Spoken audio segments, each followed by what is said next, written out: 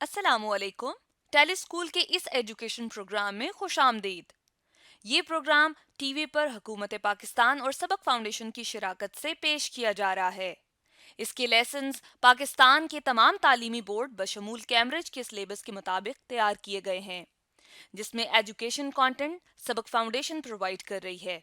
सबक फाउंडेशन की website sabak.pk पर केजी से 12वीं जमात तक वीडियोस और प्रैक्टिस टेस्ट बिल्कुल मुफ्त दस्तयाब हैं। आज हम डिस्कस करेंगे जनरल साइंस के टॉपिक ओजोन को। ये फेडरल, पंजाब और सिंध के साथ साथ केपीके की क्लास 10 के chapter 6 environment and natural resources का टॉपिक है। इस वीडियो में हम डिस्कस करेंगे ओजोन को, डिप्लीशन ऑफ ओजोन इफेक्ट्स को, प्रोटेक्शन ऑफ ओजोन लेयर को। आज के लेसन और इससे मुंसलिक तमाम वीडियो लेक्चर्स को घर बैठ के देखने के लिए आप sabak.pk की वेबसाइट पे जा सकते हैं और वहां फ्री वीडियो लेक्चर्स के साथ साथ प्रैक्टिस टेस्ट भी मौजूद हैं, जिन्हें देखकर आप अपने कॉन्सेप्ट्स को पुख्ता कर सकते हैं और इम्तिहानात में ट्यूशन लिए बगैर शानदार नंबर हासिल कर सकते हैं। ये सब कुछ sabak.pk की वेबसाइट पर बिल्कुल मुफ्त दस्तयाब है। स्टूडेंट्स, आज हम पढ़ेंगे अकरेंस ऑफ ओजोन के ओजोन जो है वो कहाँ पाई जाती है, ओजोन है क्या। तो ओजोन जो है ये ऑक्सीजन की एलोट्रॉपिक फॉर्म है। इसको हम O3 से रिप्रेजेंट करते हैं। O3 जो है वो इसका मॉलिक्यूलर फार्मूला है, O3। और O3 किसे कहते हैं? ये है जी हमारे पास ओजोन, ओजोन लेयर। और ये कहाँ पाई जाती है? ये स्ट्रेटोस्फेरिक रीजन में पाई जाती है। हमारी एटमॉस्फेयर में जो स्ट्रेटोस्फेरिक रीजन है वहां पे पाई जाती है। इस पे हम डिटेल में बात करेंगे। यहाँ पे हम आपको बता दें कि ओजोन जो है इसका कलर क्या है जी, ये ब्लू गैस है। ये ब्लू कलर की गैस होती है। ब्लू गैस मैं यहाँ लिख लेता हूँ। और उसके बाद इसका जो मॉलिक्यूलर फार्मूला है वो O3 है। और इसका अगर हम मोलर मास देखें, यानी जो इसका मॉलिक्यूलर मास है वो है जी 48 ग्राम, 48 ग्राम पर मोल। ठीक है, यानी इसमें एक ऑक्सीजन जो है, ऑक्सीजन को अगर हम देखें पीरियोडिक टेबल में तो O से हम रिप्रेजेंट करते हैं। और इसका जो एटॉमिक नंबर है वो 8 है। और जो इसका एटॉमिक मास है वो है 16। तो 16 को जब हम मल्टीप्लाई करते हैं 3 से तो हमारे पास 48 आ जाता है। तो 48 ग्राम पर मोल जो है वो इसका मास है जी। ग्राम पर मोल ये यूनिट है मास को मेजर करने की। यहाँ पे हम देख लें, जैसे जैसे हम देखते हैं कि हम आटा, चीनी या इस तरह की कोई चीज है जो हम घरों में लाते हैं खाने के लिए, तो उसको हम मेजर करते हैं किलोग्राम में। तो इसी तरह जो है मास को मेजर करने के लिए हम यहाँ पे जो यूनिट लिखते हैं ग्राम पर मोल। और इसके बाद हम देखते हैं कि ओजोन जो है, ओजोन किसने डिस्कवर की? तो ये एक साइंटिस्ट थे, जर्मन साइंटिस्ट थे। और उनका नाम क्या था जी? उनका नाम था स्कनबीन। ठीक है, और ये मैं यहां लिख लेता हूं SCHONBEIN, स्कनबिन। स्कनबिन थे। और इन्होंने कब किया जी? इन्होंने डिस्कवर किया ओजोन को और 1840 में, 1840 में जो है स्कनबीन जो एक साइंटिस्ट थे, इन्होंने ओजोन को जो है वो डिस्कवर किया। ओजोन क्या है? ओजोन का जो वर्ड है ये ग्रीक वर्ड है। और ये किससे निकला है? ओजुएटर से निकला है। OZOATERR,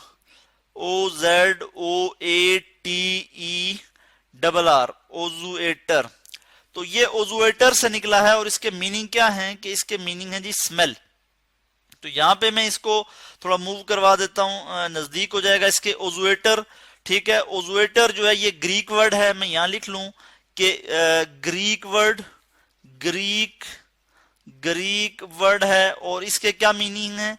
इसके मीनिंग क्या है मैं यहाँ लिख लेता हूं कि मीन स्मेल, यानी स्मेल। तो ओजुएटर से जो है ये वर्ड निकला है ओजोन। और सबसे पहले इसको डिस्कवर किसने किया? स्कनबिन। और ये जर्मन साइंटिस्ट थे और 1840 में इन्होंने इसको डिस्कवर किया। ओजोन जो है कहां पाई जाती है इसकी हम बात करते हैं। तो ओजोन जो है ये स्ट्रेटोस्फेयर के रीजन में होती है।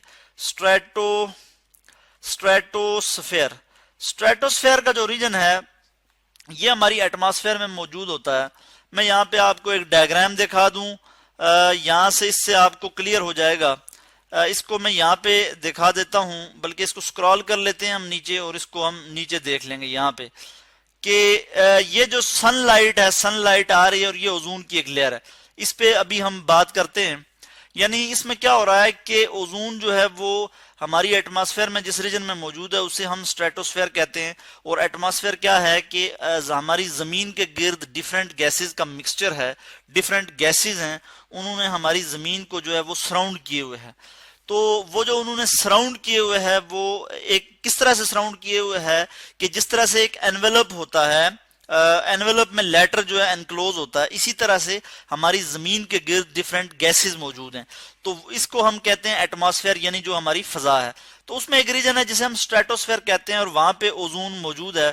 यहाँ पे आप देख सकते हैं कि ये जो है ओजोन का रीजन है। और सनलाइट से कुछ रेज आ रही हैं, यूवी रेज, जो कि ये लिखा हुआ है एब्जॉर्ब, यानी ओजोन लेयर क्या करती है कि उन रेज को एब्जॉर्ब करती है।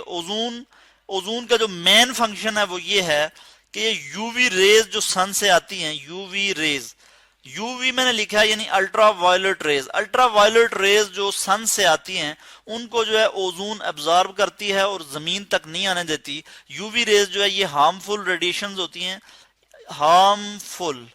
हार्मफुल रेडिएशंस होती हैं, और ये अगर जमीन पे आएंगी तो ह्यूमन लाइफ को और उसके बाद प्लांट्स को और उसके बाद एनिमल्स को जो है वो डिस्ट्रॉय करेंगी। ठीक है, तो ये जो है ये हार्मफुल होती हैं।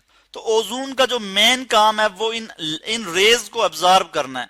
इन रेज को जो है वो ओजोन एब्जॉर्ब करती है और ओजोन जो है वो क्या है, यानी O3 है। और मैंने कहा ये ओजोन जो है वो एलोट्रॉपिक फॉर्म है ऑक्सीजन की। ऑक्सीजन जो है यानी O जो पीरियोडिक टेबल में आप देखते हैं जिसको कि O से रिप्रेजेंट होता है, तो ऑक्सीजन की जो एलोट्रॉपिक फॉर्म है वो ओजोन है जी। एलोट्रॉपिक फॉर्म किसे कहते हैं? ALLOTROPIC,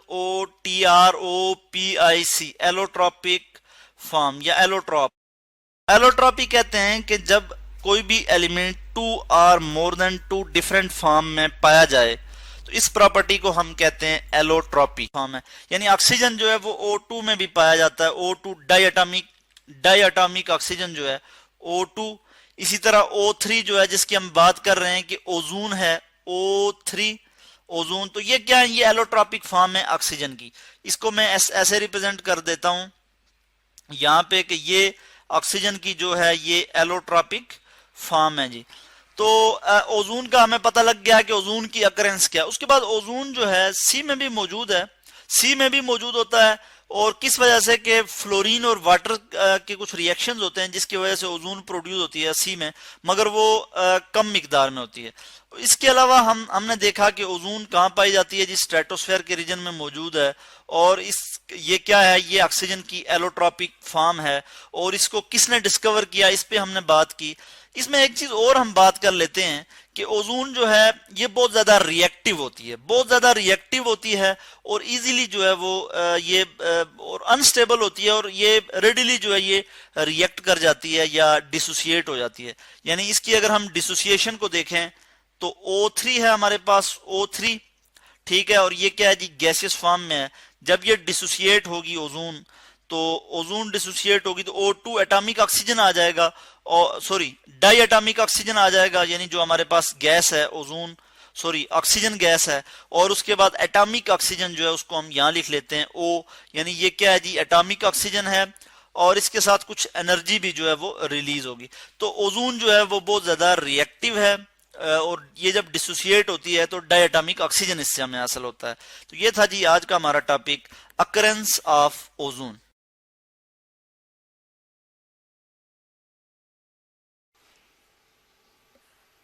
जी स्टूडेंट्स, आज हम पढ़ते हैं इफेक्ट्स ऑफ ओजोन डिप्लेशन, कि ओजोन की जो डिप्लेशन होती है, ओजोन टूटती है, उसके क्या असरात होते हैं जी। ठीक है जी, इसको आज हम देखते हैं। O3 ओजोन को कहते हैं। तो जी ओजोन जब डिप्लीट होती है, ब्रेक होती है, इस चीज को हम डिटेल में प्रीवियस वीडियोस में पढ़ भी चुके हैं कि ओजोन कैसे डिप्लीट होती है, कैसे ब्रेक होती है। तो इसकी वजह से अगर थोड़ी सी भी ओजोन डिप्लीट होगी, ब्रेक होगी, तो इसका बहुत मेजर इफेक्ट होगा। ठीक है जी। और क्या इफेक्ट होगा कि जब ओजोन ब्रेक होगी तो उस रीजन को, कि जिस रीजन में ओजोन की डिप्लीशन हुई है, उसे हम कहते हैं ओजोन होल। ठीक है जी, ओजोन होल कहते हैं इसको। मैं ये लिख लेता हूं, जैसे आपको एक डायग्राम नजर आ रही है, इसमें आप देख लें कि फर्ज किया ये अगर जो क्लाउडी एरिया नजर आ रहा है ये ओजोन है, और यहाँ पे ये जो है ये एरिया जो है ये ब्रेक डाउन हो चुकी है ओजोन की, तो इस एरिया को, इस रीजन को हम कहेंगे ओजोन होल। ठीक है जी। अब देखें यहां से कुछ लाइट आ रही है, जबकि यहाँ पे जो है थोड़ा डार्क शेडो सा है। तो होता क्या है कि ओजोन जो है जब ब्रेक होती है, ओजोन की लेयर जब टूटती है, तो सूरज से, सन से जो रेज आती हैं, हार्मफुल रेडिएशन होती हैं, जिनको हम कहते हैं यूवी रेज। और यूवी रेज क्या होती हैं? Ultraviolet rays. और ये क्या करती हैं कि ये ज़मीन तक आती हैं। ठीक है, चूंकि ओजोन होल से ये इजीली पास हो जाती हैं, चूंकि ओजोन की ब्रेक डाउन हो चुकी होती है। अब ओजोन का मेन फंक्शन क्या है कि इन इन जो ये जो हार्मफुल रेडिएशंस हैं, अल्ट्रावायलेट रेज हैं, इनको जो है वो अब्जॉर्ब कर लेती है। तो जब ये पास ऑन हो जाती हैं तो उसके बाद क्या होता है कि ये हमारी ज़मीन पे डायरेक्ट आ जाती हैं। ठीक है, हमारी ज़मीन पे जब आएंगी तो ज़मीन पे हम भी रहते हैं, प्लांट्स भी हैं और एनिमल्स भी हैं, यानी ह्यूमन बीइंग्स भी हैं। तो ये क्या करेंगी कि ये स्किन कैंसर काज करेंगी। ठीक है जी, जिल्द का जो है कैंसर काज करेंगी।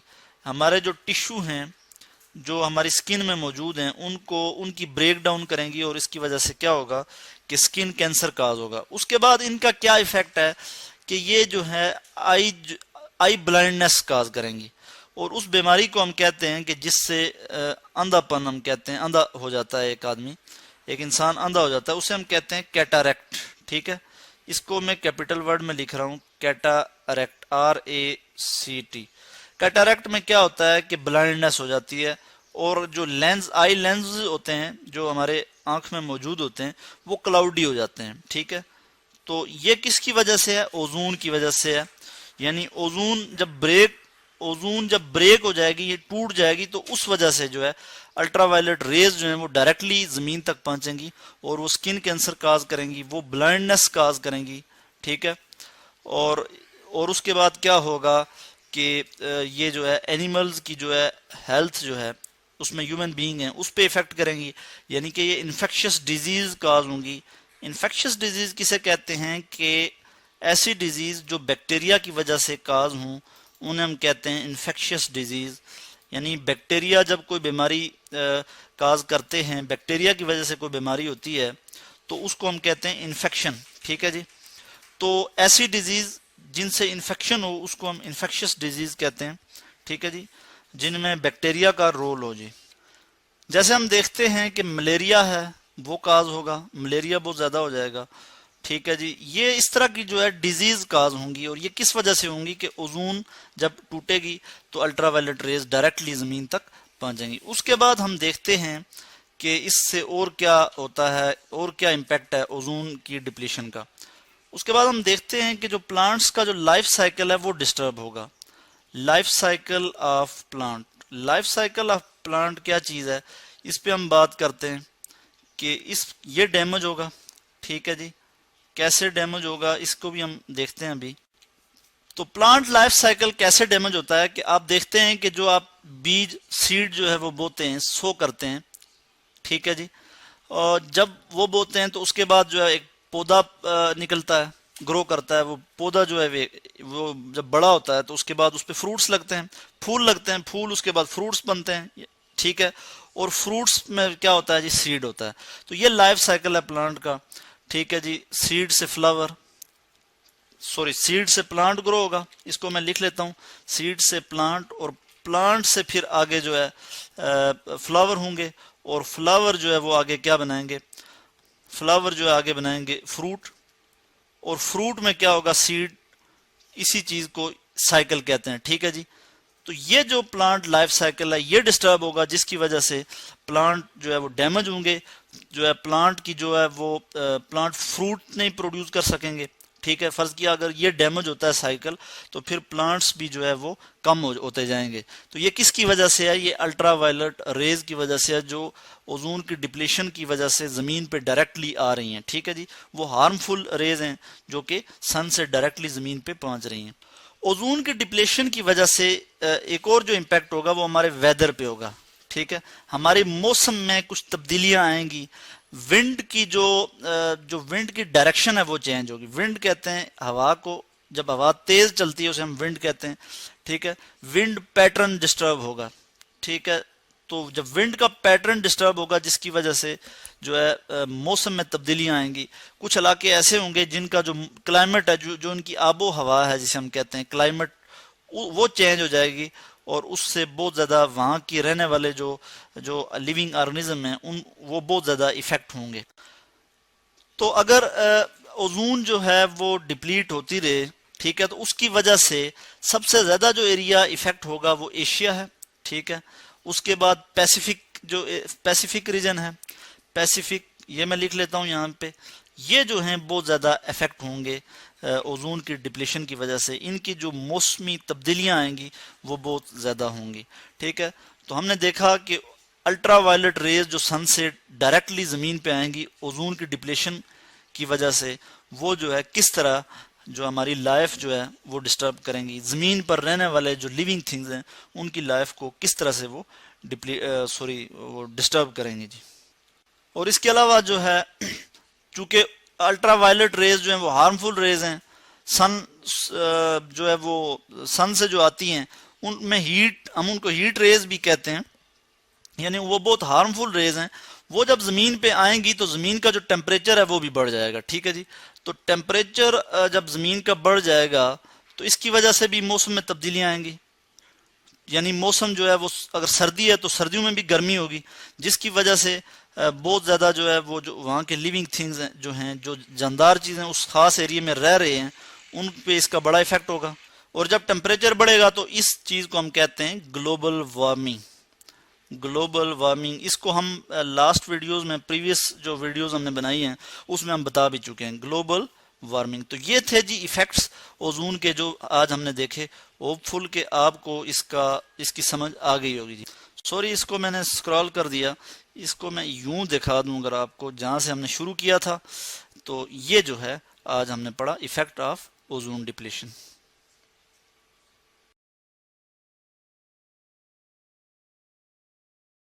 लूंगा तो ये नाइट्रोजन के ऑक्साइड्स हैं जो एटमॉस्फेयर में मौजूद होते हैं। एटमॉस्फेयर किसे कहते हैं? कि हमारी जमीन के गिर्द डिफरेंट गैसेस हैं जिन्होंने हमारी जमीन को सराउंड किए हुए है, और इसको हम एटमॉस्फेयर कहते हैं, यानी हमारी जो फजा है। तो एटमॉस्फेयर में ये गैसेस होती हैं, यानी ऑक्साइड्स होते हैं नाइट्रोजन के, जो कि हमने देखे कि नाइट्रिक ऑक्साइड्स, नाइट्रोजन, ये मैंने 2 लिख लिया तो यहाँ इसको मैं मिटा देता हूं, यानी N2 nitrogen die nitrogen oxide, या इसको हम कहते हैं नाइट्रस ऑक्साइड कहते हैं।